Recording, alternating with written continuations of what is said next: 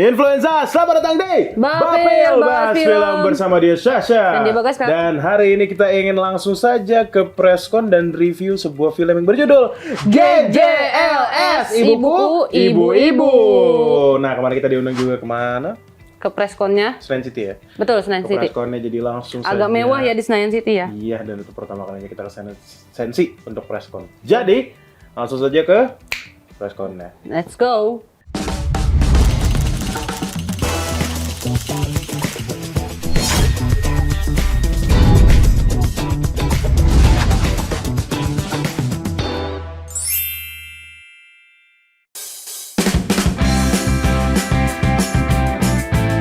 Akhirnya sampai juga di Senayan City untuk press screening dan juga press conference untuk film GJLS, Ibuku Ibu-Ibu. Aku tuh tahu Hifzi, tahu Rigen, tahu Rispo, tapi aku nggak tahu kalau mereka punya grup GJLS ini. Oke. Lagi ketemu Benny, nanya sama Benny, Benny, GJLS tuh apaan sih gitu? Nanya sama setan.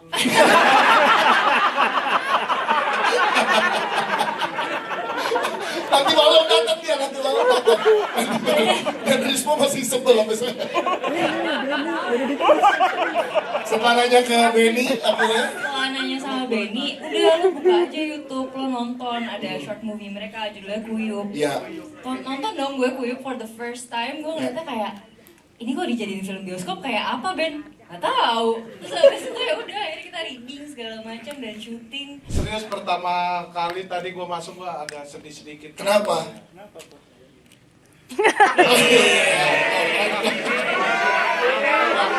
Gak beneran. Bukan aktor nggak gue. Dance. GJLS ini Dance lah. Oh, Rispo dance. Tapi sambil dance. Modern dance. Coba, ada yang bisa nebak nggak? Rispo lagi bangun apa tidur ini? Nah tapi serius gue pengen ngomong serius karena teman-teman harus tahu guys. Ada 3 panggilan. Nggak gue apa ya kayak Udah nggak apa-apa. Tepuk dong. Kenapa nak? karena apa sedih-sedih bahagia. Gitu. Tepuk tangan dong buat Rispo. Luar biasa. Karena sampai sekarang saya lagi mencoba memformulasikan apa yang terjadi sih. Tapi gini, menurutku kayak tadi ya, aku udah sempat bilang bahwa ini filmnya GJLS. Jadi ketika tadi kayak ini ada aturan apa di sinema yang kayak begini? Ya. Jawaban saya saat ini sesimpel ya memang nggak ada.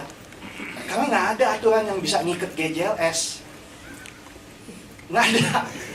Saya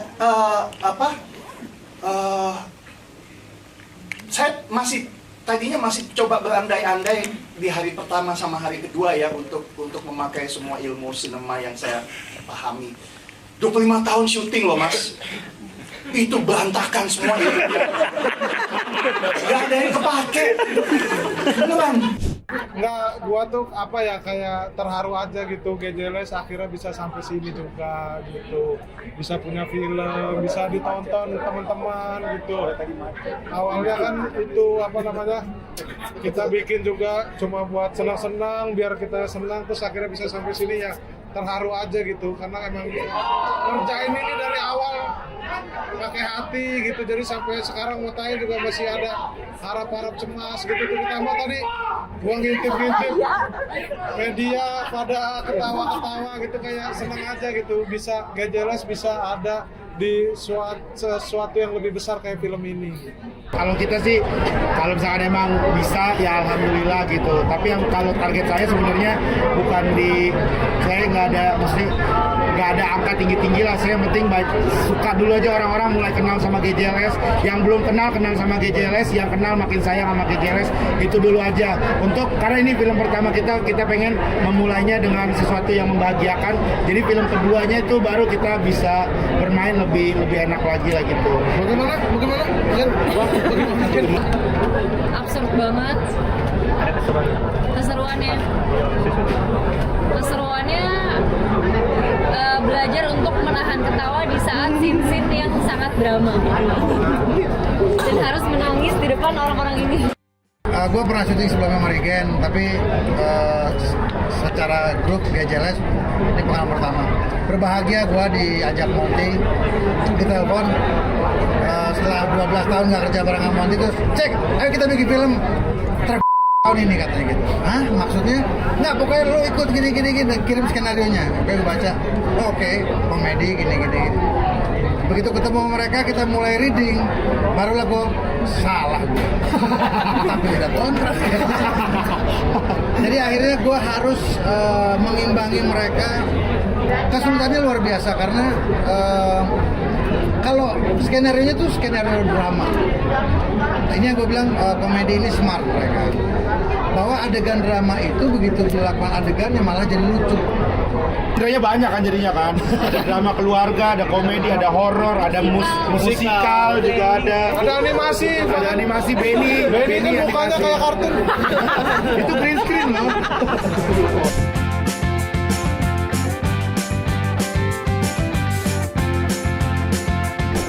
Iya. Kayak gitu filmnya. Langsung studio aja deh. Iya.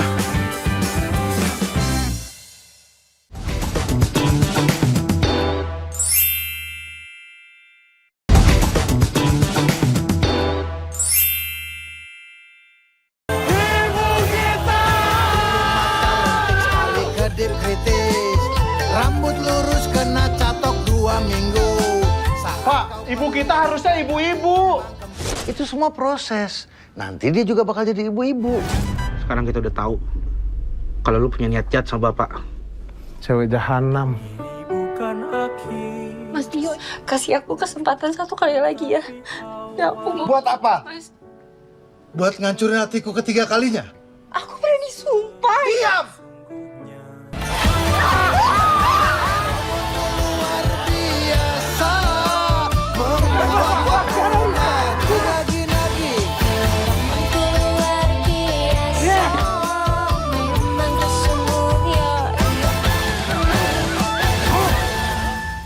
Film GJLS Ibuku Ibu-Ibu membawa penonton untuk mengikuti kisah 3 bersaudara yang selalu berusaha untuk menggagalkan rencana pernikahan ayah mereka dengan sejumlah perempuan. Pasalnya, jika ayah dari ketiga pemuda tersebut menikah lagi, maka akan terjadi perpecahan keluarga yang menyebabkan jatah warisan mereka jadi berkurang. Oke, kurang lebih seperti itu untuk Trailer film. dan juga presscon ya. Betul? Ini mulai review ya? Ya, Ini review nggak sih? agak males sih soalnya nggak jelas. Tapi gue patut mengapresiasi setinggi-tingginya kepada Bapak Monty Tiwa karena film ini adalah film pertama yang bikin gue ngakak di bioskop. Parah ngakak, sengakak-ngakak sampai wow gitu. Udah, sesuai gue sedih nih. Kenapa? Gue belajar film di kampus. Bawa tisu. 3,5, nggak usah, itu by the way isolatif itu. Gue belajar teori film, cara bagaimana membuat film yang baik dan benar di kampus yang sebenarnya lumayan tidak murah lah, 3,5 tahun dan harus menempuh COVID ya. UMN Harus kampusnya. ya nggak apa-apa sih, Mahal. udah tahu juga.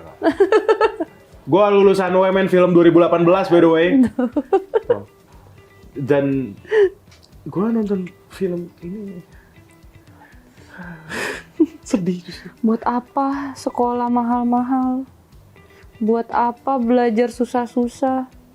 Buat apa begadang bikin... Itu iya sih, kalau begadangnya emang ngeselin sih begadangnya tuh. Gue waktu itu pernah harus ke kosan temen gue bener-bener buat PPM. PPM tuh pre-production meeting. Wow. Bener-bener sampai jam berapa tuh cuma buat PPM sama bikin film, pernah sampai jam 1, sampai jam berapa. Ya, isi.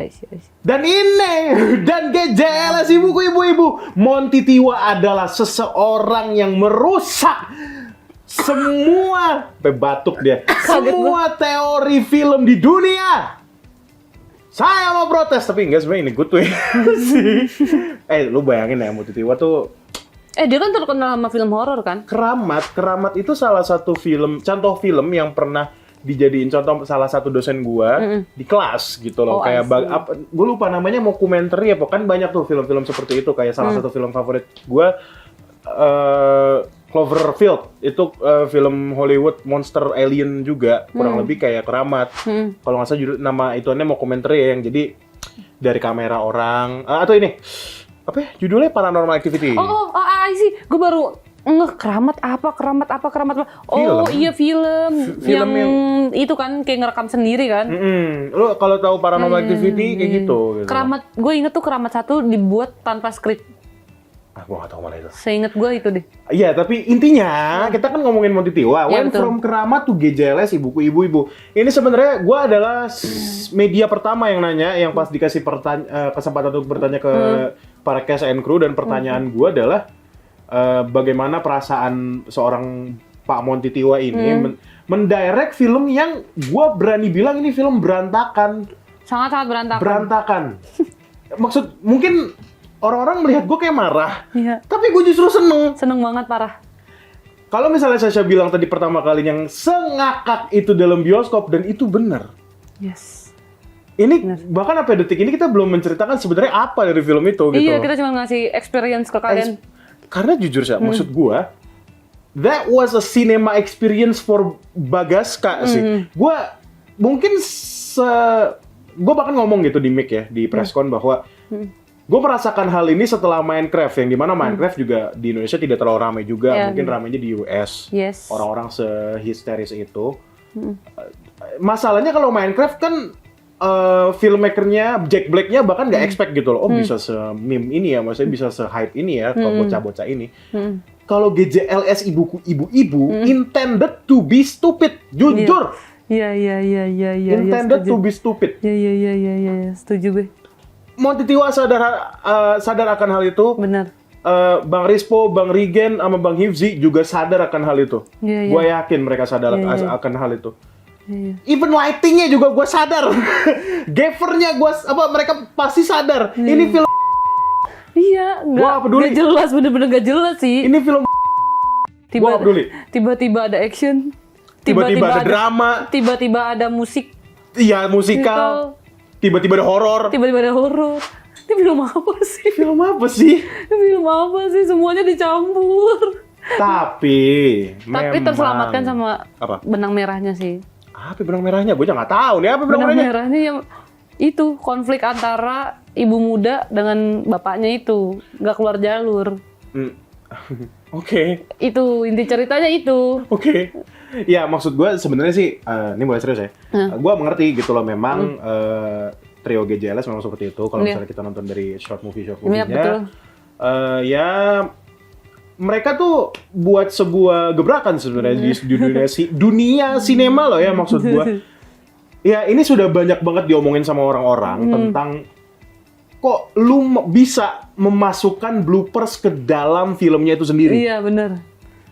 Bahkan langsung cut to cut gitu ya. Itu nggak ada teknik cutnya apa, cutnya langsung langsung gitu loh. Gue tau banget kalau di Premiere Pro tuh bener-bener cuma nggak pakai transisi. Iya. Udah, oh ini salah, cut, salah lagi, cut lagi, salah lagi, cut lagi, baru bener. Aduh, ngakak banget. Tapi jujur itu sebenarnya hal yang bikin ngakak sih. Iya. Karena ada momen di mana si Bang Rispo ngobrol sama sutradaranya yang dari tampol ya. Iya, ada momen di mana suara kru bocor. Itu, dan ada momen di mana si Om Bucek, Bucek itu kan harusnya pingsan ya di rumah sakit. Iya. Dia bangun loh. Iya. Misalnya lagi ketawa terus dia juga ikutan ketawa nunjuk. Iya, gue inget lagi momennya itu. Ini spoiler. Nggak apa-apa lah ya spoiler. Iya, benar. Ingat tanggal 12 Juni dia tayang. Iya, dan nggak, maksudnya pun kalau misalnya kita nggak spoiler kayak gimana, kalian harus merasakannya ini sendiri di dalam bioskop. Iya, benar. Even jangan sendiri deh, bawa teman-teman lu. Iya. Karena gua juga sudah mengajak teman-teman gua untuk nonton film ini lagi.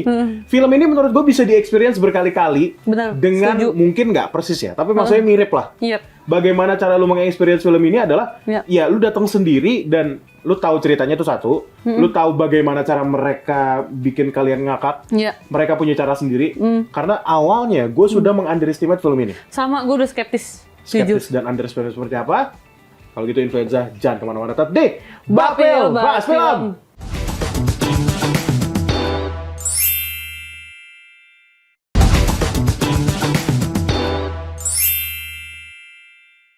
Balik lagi di Bapil Bahas Film. ya. Influenza masih di GJLS ibu-ibu. Betul. Tadi tuh kita udah ngomongin tentang bagaimana experience kita di dalam bioskop, dan jujur gue juga pengen banget tahu teman-teman yang influenza yang sudah nonton film ini, cobalah komen di bawah experience kalian seperti apa. Itu jatuhnya sih sebenarnya Pak Monty Tiwa menghadirkan pengalaman baru dalam menonton sebuah film di dalam bioskop. Benar. Di layar sebesar itu. Kalau misalnya memang Dolby Atmos ya Dolby Atmos. Dan kalau misalnya ada nggak sih nonton di Premiere Access? Gitu sih ibu-ibu di Premiere. Tapi gitu. lucu sih, maksudnya sampai tiduran lu nyantai terus nonton film yang selucu itu. Iya sih. Parah ya. Tapi jujur, underestimate. Tadi terakhir kita ngomongin underestimate. Iya, betul. Lu dulu deh, kenapa lu meng-underestimate GJLS ibu-ibu? Di bagian mananya? Karena gue mikirnya ini akan menjadi komedinya yang ngerti cuman GJLS doang gitu, ngerti gak sih? Kayak cuman fans-fansnya GJLS yang bakal cuman ngerti sama komedinya mereka. Oke. Ternyata enggak, semua bisa. Semua bisa menikmati. Bener, kayak film apa ya yang waktu itu pernah gue tonton, gue lupa ada film komedi apa. Filmnya itu loh. Agak lain. Bukan.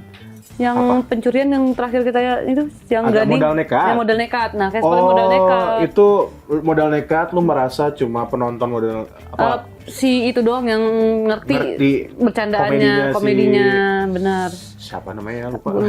Imam Darto.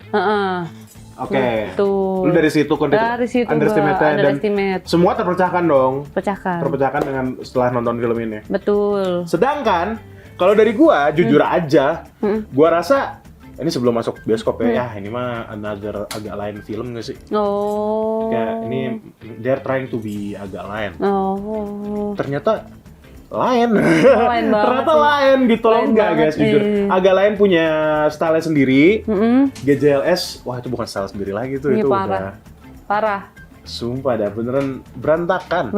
Tolong dah nonton film berantakan ini dah kalian dah. Iya gitu loh, berantakan banget gitu kalian. Tapi jujur deh, maksud gue dalam keberantakan teknik filmnya, secara cerita seru sih. Iya, kita masih bisa menerima, kayak nggak tumpang tindih gitu. Betul. Loh. Kayak misalnya ada Luna Maya, kita kayak nggak ngapain sih Luna Maya, nggak gitu.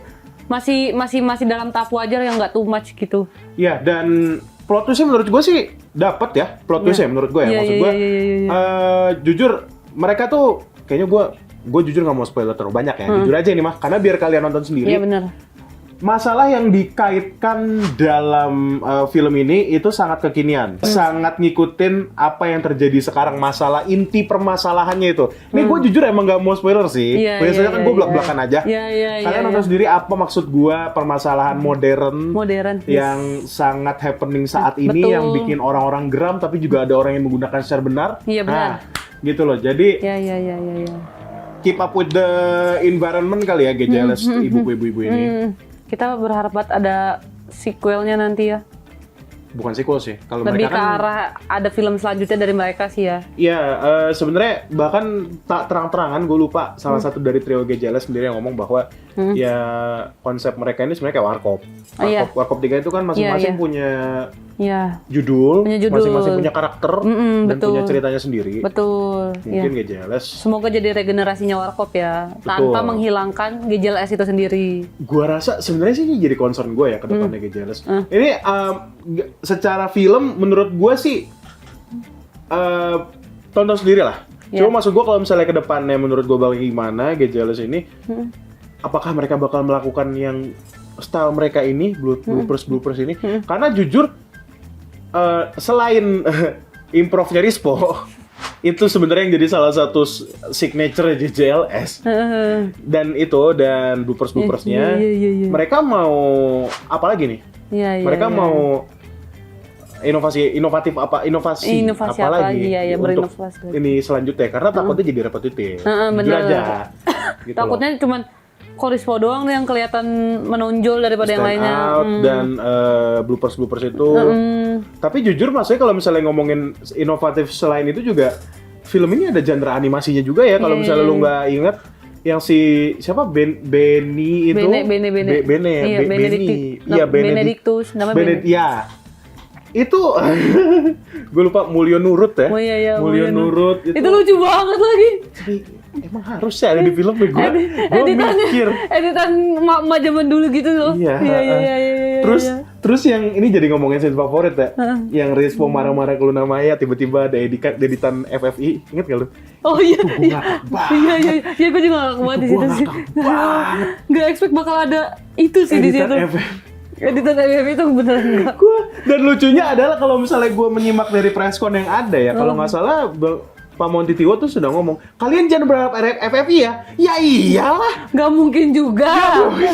Lu berharap apa FFI? Enggak, tapi jujur ya, maksud gue dengan ada editannya si Rispo yang itu sih jujur. Itu puncak ketawanya Bagas ke di bioskop. Iya, gue juga gak ngakak apa sih itu sih. Kayak siapa yang akan menyangka di dalam film ada bercandaan yang kayak gitu. Dan masalahnya dialog yang disampaikan juga pas banget. Dan lucu, kita nggak usah ngomong apa karena nggak bisa diomongin juga. Lu yang ada dialog apa? Gue lupa lagi cuma. Pokoknya tidak pantas untuk tayang lah dialog itu.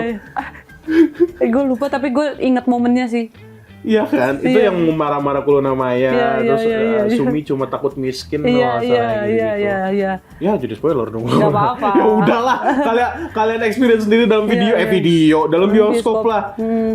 Sumpah gue, dan mereka bilang kan ini film scientific comedy ya, scientific gue nggak. Bener-bener science sih, ini hanya orang-orang yang tidak berwawasan sih. Sumpah deh, gue sebenarnya kalau misalnya memang ada kesempatan untuk ngobrol bareng Bang Montitiwo, gue kayak, iya. Mas, kok mau gitu loh, kok mau lo bikin film kayak gini loh. Gue lebih penasaran dia berapa bulan rehat untuk keluar dari ini sih. Dan gue juga pernah. Karena ini capek banget pasti gue yakin. Karena mendirect mereka bertiga, terutama Rispo, itu susah gitu loh. Iya betul. Buat bener-bener lepas begini tuh kayaknya sangat sulit gitu. Asik dia nguras emosinya dia juga, nguras emosi dalam artian bukan marah-marah ya maksudnya. Iya, maksudnya energi dia lu untuk berhadapan tiga orang itu. Dan Rispo. Dan Rispo. Tapi jujur ya pas di preskon yang paling emosional malah Bang Rispo ya. Iya. Dia malah nangis. Dia nangis, nggak ini sih, nggak expect. Nggak expect dia malah nangis. Dia mesti nangis itu. Ya udah, gini deh terakhir ya. Ya. Kita berharap beneran sampai 54 juta penonton. Iya. Amin. Jadi ngalah jumbo apalah itu jumbo apa desa penari KKN agak lain. Gak jelas buku ibu-ibu lah. Ya udahlah kalau gitu influencer. Kalian tonton diri, ngobrol kita di bawah. Ya udah, terima kasih sudah nonton Bapil sampai detik ini. Kita ketemu lagi deh. Bapil bahas film. Bye bye. Kalian sedih karena kehilangan ibu. Tapi udah saatnya kita tuh harus move on. Kalian bertiga nggak pernah bantuin bapak ngurusin kos. Tapi kan Pak, kita bertiga kerja Pak. Halah, kamu tuh cuman MC dangdutan yang goyangnya lebih erotis daripada biduannya sendiri. Kipas angin kasar. Mau sampai kapan jadi pawang hujan? Mau lawan alam terus? Rispo, stop pakai HP-mu untuk main judi online. Itu HP bapak. Aduh, lu bisa nggak sih tahan sejam aja nggak main judi? Gua kan main judi buat bayar pinjol, Gen. Pinjol juga gara-gara judol. Itu namanya roda ekonomi kreatif yang berputar.